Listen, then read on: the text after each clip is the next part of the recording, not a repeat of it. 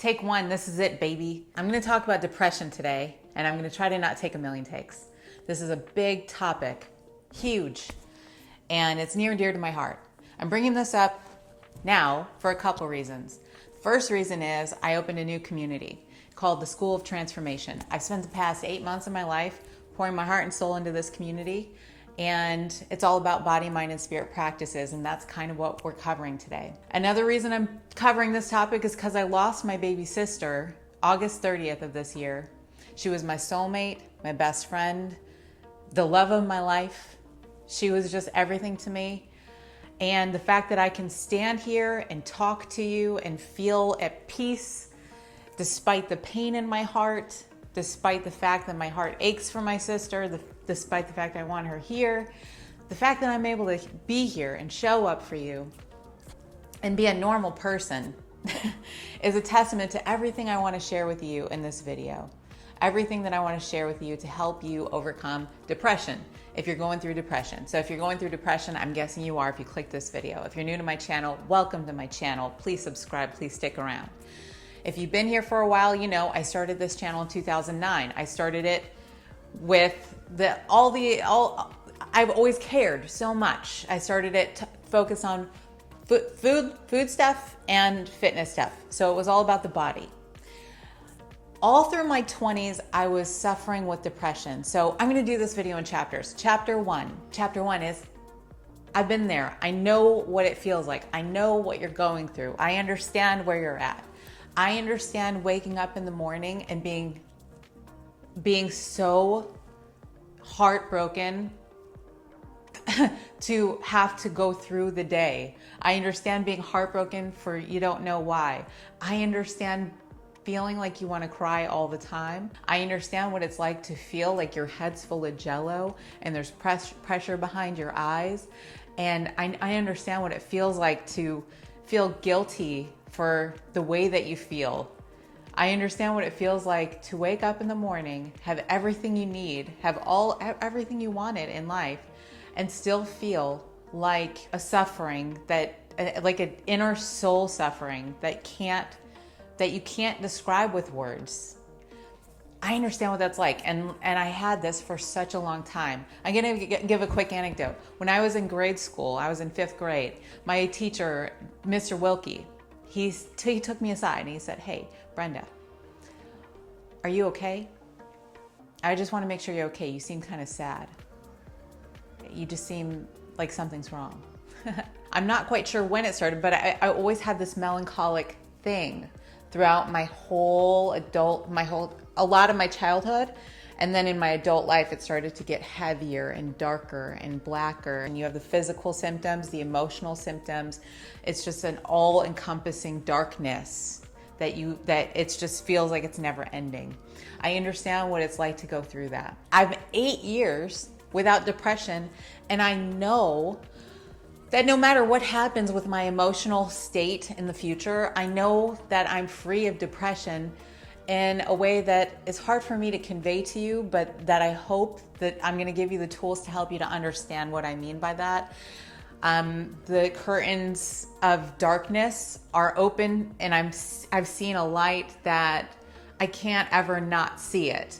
You know, it's like once you see something clearly, you can't all of a sudden just not know that and not see it. Chapter 2, being born aware. If you have clinical depression, part of it, I know the Western medical model wants us to think that if you have clinical depression, it's because your brain chemistry is out of whack. Yes, your brain chemistry probably is out of whack, but part of the reason is because you were born aware. So going back to that anecdote I gave you earlier when I was a child and my teacher noticed there was something melancholic about me. I don't remember, and I don't believe that I was sad as a child, but I do remember as a child having an awareness of something beyond this physical world. I remembered having an awareness of something other than this world. And it's, again, we're talking about things that can't be measured and can't be seen.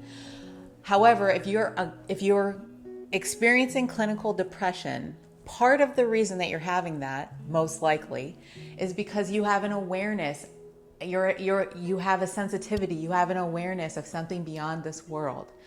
You were born with a gift, and it's a double-edged sword, my friend. So here's the gift that you were born with. You were born with an inherent awareness. Not everybody's born aware. Some people, their soul journey has taken them to a place where they're meant to just, the people who are atheists, their path, they're just focused on their path, they're just focused on their career or whatever it is. There's no wrong path. But for those of us who are born aware, you've got an awareness that there's more to this thing called existence. That comes with a curse and a blessing. The initial curse is you're in a body. You're in separation. It seems to be you're in separation. You're trapped in a body, in this world. Things are a certain way. Yet you have an awareness that you're a soul somewhere deep in. It's not a conscious knowing, but it's an awareness. Within your heart, within your soul, you have an awareness. You were born aware. And so that leads to a kind of, I guess the best way to describe it is a homesickness. Once you heal this seeming separation and come to wholeness within yourself, it really goes a long way on your journey. This is part of your journey. So that's chapter 3. Chapter 3 is, this is part of your journey. Nobody wants to hear that. Nobody wants to believe that. Nobody wants to think bad things are happening to us. However, there's a blessing to everything that's happening to us, including depression. Chapter 4 is we're going to start with the practical stuff, and I want to offer you, first and foremost, diet changes. I've been a nutritionist for 20 years now, and the first part of my journey of my health and fitness career was bodybuilding. The first little blip of it was I got really into bodybuilding when I was a personal trainer, and so I started eating like a bodybuilder, and I started eating healthy food. And for many people that might be healthy food, but I got autoimmune issues starting in 2016, so that was well into my career as a nutritionist and a trainer. And when I got those autoimmune issues, I did a lot of research. So my autoimmune issues came in the form of lupus and alopecia areata. And since then, I've learned depression is a form of autoimmunity. You can't tell me any different. At the very minimum, depression is a form of inflammation. So if you've got clinical depression, you also have inflammation in your body. Get all your health stuff tested. See what's going on with your health stuff. And no matter what's going on with your health stuff, I'm going to recommend AIP. So when I got my autoimmune issues and doctors could not help me because doctors don't know anything about autoimmune issues except for the pills to give to you, I had to do my own research. And through my own research, after dealing with this huge softball-sized patch on my head, and also feeling, on top of it, feeling all the other side effects of autoimmune issues, the symptoms of depression, anxiety, malaise, chronic brain fog. The brain fog was so heavy.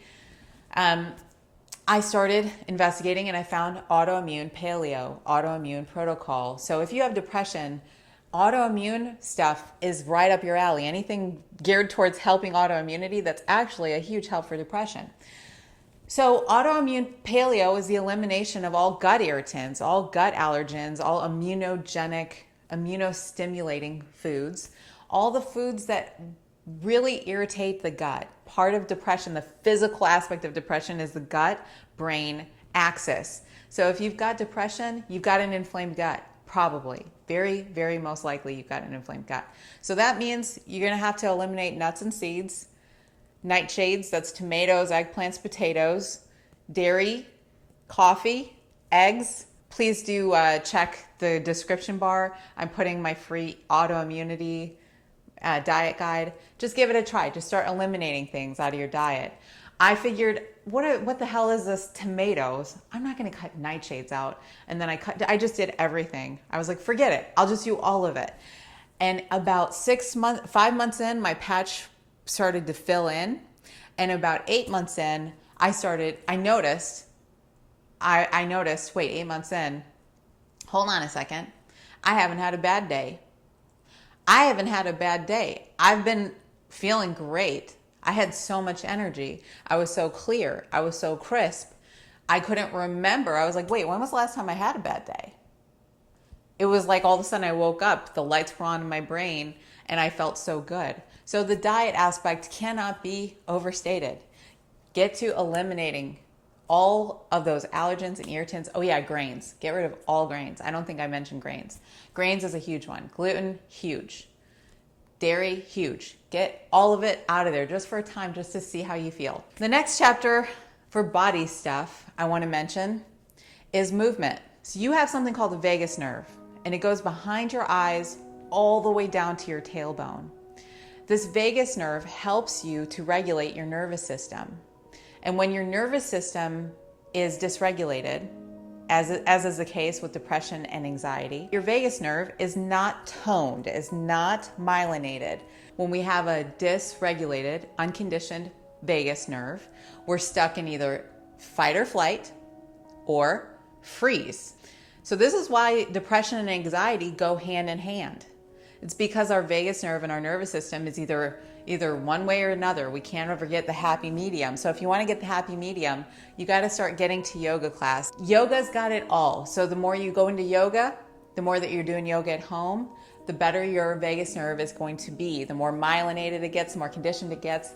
The vagus nerve is conditioned in many ways. We can condition the vagus nerve with the focal point of where our eyes go. When you're in yoga class and you're doing something like a twisted triangle, and you're looking up at your finger, because a big part of yoga is where you're looking, that conditions your vagus nerve. When you're in yoga class and you chant Om, that actually conditions the vagus nerve. And also stretching conditions the vagus nerve. So get to yoga classes, the long and short of it. You don't need me to tell you to exercise. I exercised even while I was clinically depressed. It was like the one thing that really did help, and that is an antidepressant, and that is shown in studies, in clinical studies across the board.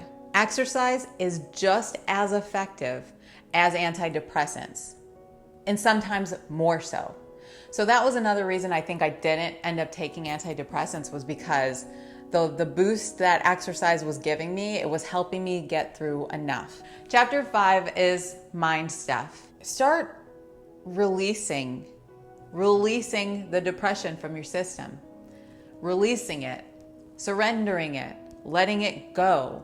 I was holding on to some parts of it because it became part of my identity. It became part of who I thought I was. It became part of my personality structure. I was holding on to the depression, and at the same time, I was rejecting anything joyful. I wasn't walking around like a grouch, but I just wasn't opening my heart. I was being very guarded in just my outlook on life.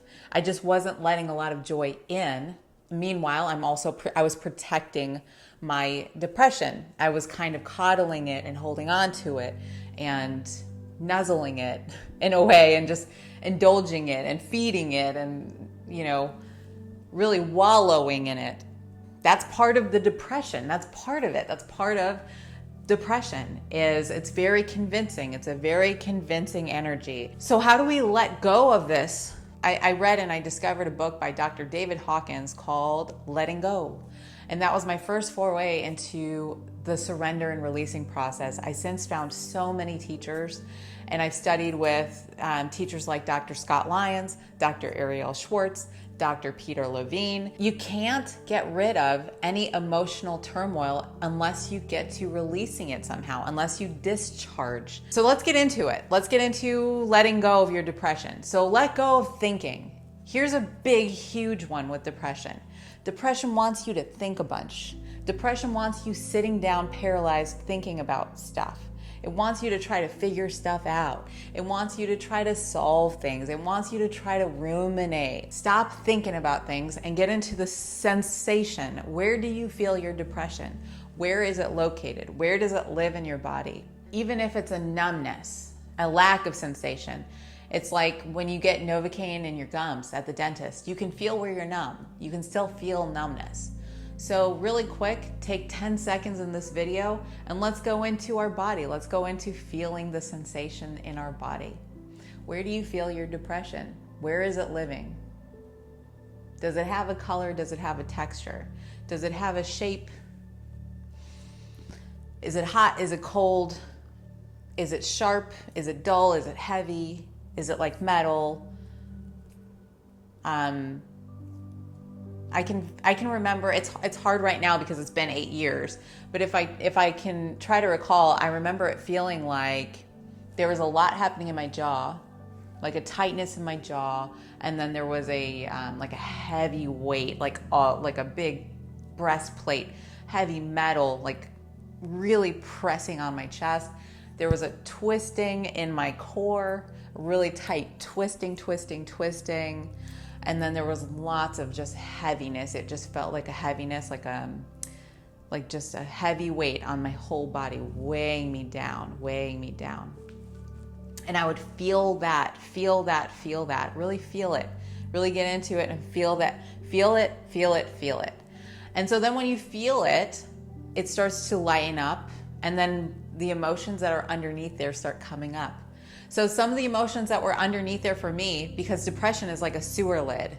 Depression is very much on top of all the things that we don't want to feel. So that's why depression, part of it comes with numbness.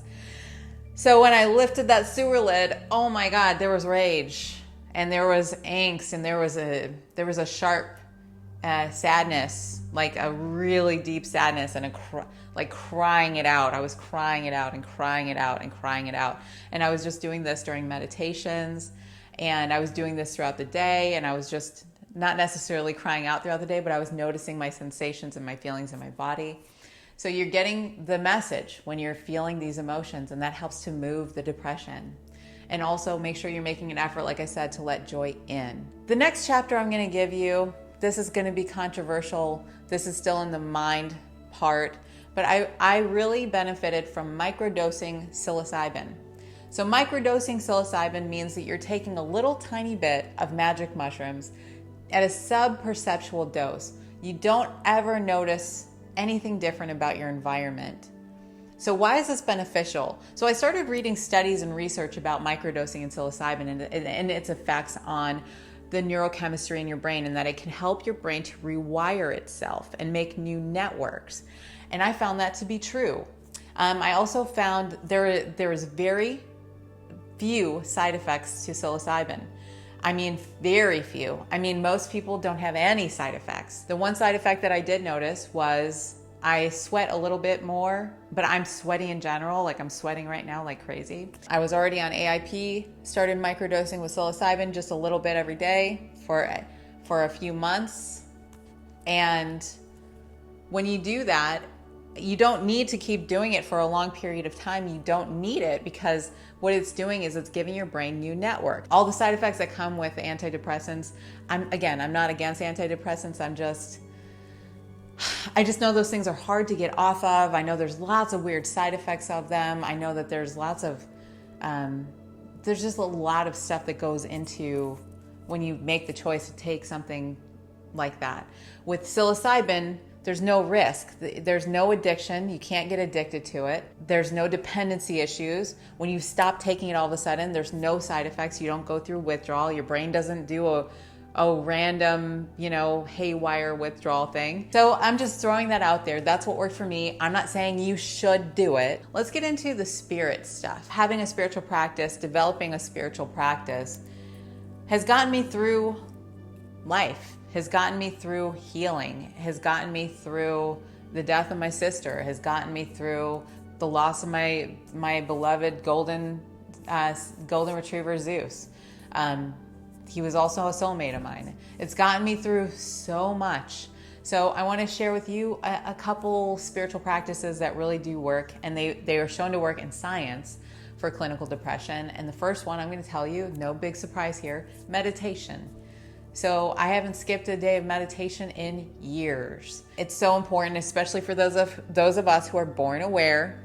If you're born aware, we have a tendency to feel that disconnect sometimes when you're born aware. And so it's really important to embody the eternal, and we embody the eternal by, I think of it like this. I think of my being as kind of a cup, and when I meditate, it's like I'm filling myself up with that eternal energy. I'm experiencing it with my mind and my body. And then it kind of carries me through the day. And then the next day, same thing. I fill my cup. It's just filling my cup every day. And sometimes I'm filling my cup and yeah, it's kind of muddy in there. And yeah, my mind's filled with angst and turmoil. My mind still gets turmoil. I still get pain. I still get sadness. I still get grief. I still get anxiety. I still get all these things, but it's just not the same as being stuck. However, the reason that I have been free of depression for 8 years, despite life, even the diet was a huge part, but it's because of all of it. But meditation is a huge part.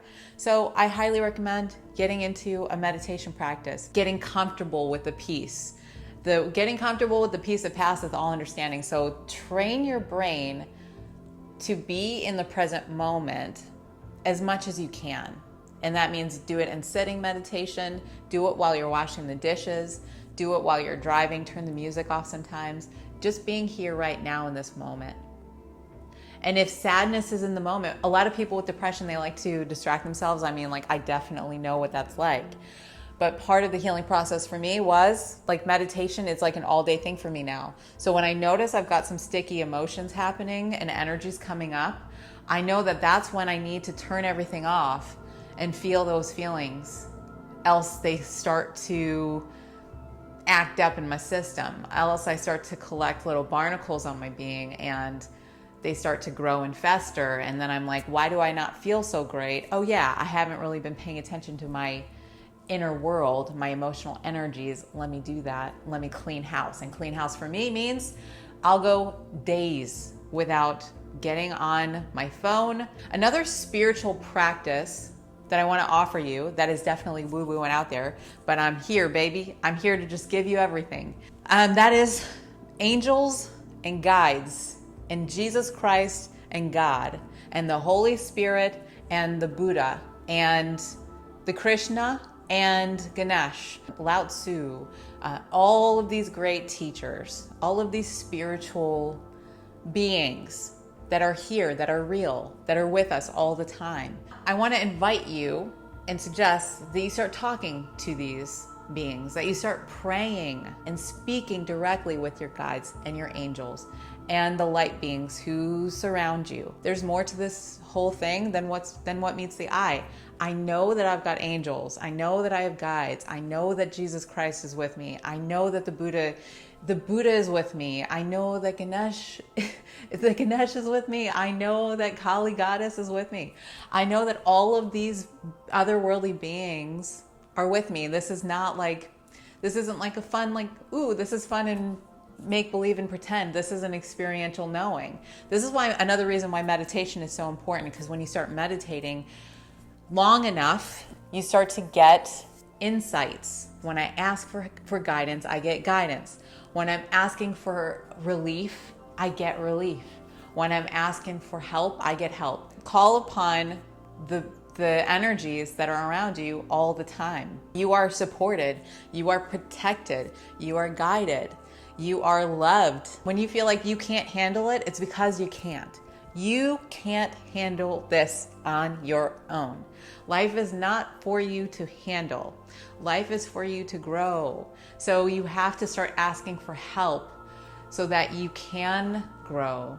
When you're leaning too much on yourself and you're not asking enough for help, then it's too heavy, it's too much. You're gonna break your back, my friend. It's too much baggage.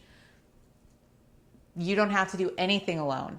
You're not alone ever. So there are resources. Start getting to a therapist that does EMDR. Somatic Experiencing therapists are also fantastic for depression. Yoga therapists, really, really good for getting your vagus nerve conditioned, for getting your system back in line. Also, really important form of support is a spiritual support. Start really asking out loud, please help me with this. I cannot handle this on my own. Start writing that out in a notebook. Here's what I need help with. Here's what I need guidance on. The right people will come in your life. You'll be given exactly what you need to be given. You'll always be given exactly what you need to be given for your healing process. I promise you. You just have to start opening your eyes and keeping your eyes open for little signs and clues. Okay? That's more or less how I healed my clinical depression. Again, I'm not saying that's the way to heal clinical depression. That's just my way of how I healed clinical depression. So if you want to learn more about body, mind, spirit practices, and you want to really take your health and your happiness and your joy to the next level and get connection with a community of amazing women and all access to my courses, my course catalog, and so much more, please do check out School of Transformation. I've got a School of Transformation, and that's at brendaturner.com/transform. The doors are now open. You get full access to my courses, live weekly sessions, so much more. You're getting body, mind, spirit practices, and a community of awesome women to support you in your wellness journey.